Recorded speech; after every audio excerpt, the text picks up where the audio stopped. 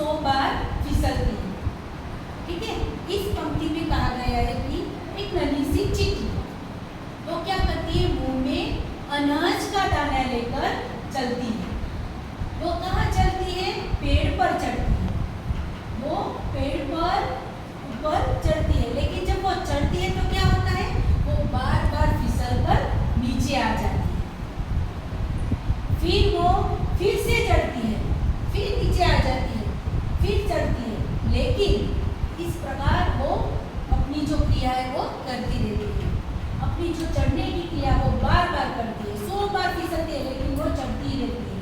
तो हमें इस पंक्ति से वो मिलता है कि हमें कभी भी हिम्मत हारनी न चाहिए। ठीक है, हमें हिम्मत से काम लेना चाहिए। हम भले ही निष्फल हो, लेकिन सफलता के लिए बार बार प्रयत्न करना चाहिए। सभी को समझ में आया? ठीक है, मैं कुछ प्रश्न करूंगी, आपको उसके उत्तर देने हैं। इस पंक्ति में किसकी बात की गई है? जिसको भी आए वो अपना हाथ ऊपर करे। ठीक है, आप बोलिए, आप बोलिए, आप बोलिए। नहीं, आप पीछे वाले, आप बोलिए। इस पंक्ति में चींटी की बात की। बहुत ही बढ़िया। ठीक है, बैठ जाइए। तो वो चींटी थी, ठीक है, तो चींटी मुंह में क्या लेकर चलती थी? मुंह में उसने क्या रखा था? आप बताइए। चींटी के मुंह में अनाज का दाना। ठीक है, बैठ जाइए।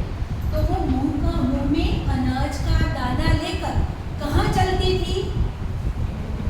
कहाँ पर चढ़ती थी? पेड़ पे। पूरे वाक्य में उत्तर दीजिए। चींटी दाना लेकर पेड़ पे कहाँ दाना लेकर चलती थी? पेड़ पे ना, पर वो दाना कहाँ रखकर चलती थी?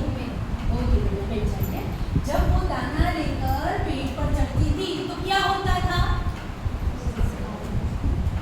आप बोलिए।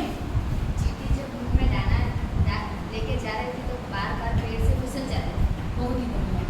तो बैठ जाइए। वो बार बार फिसल जाती थी,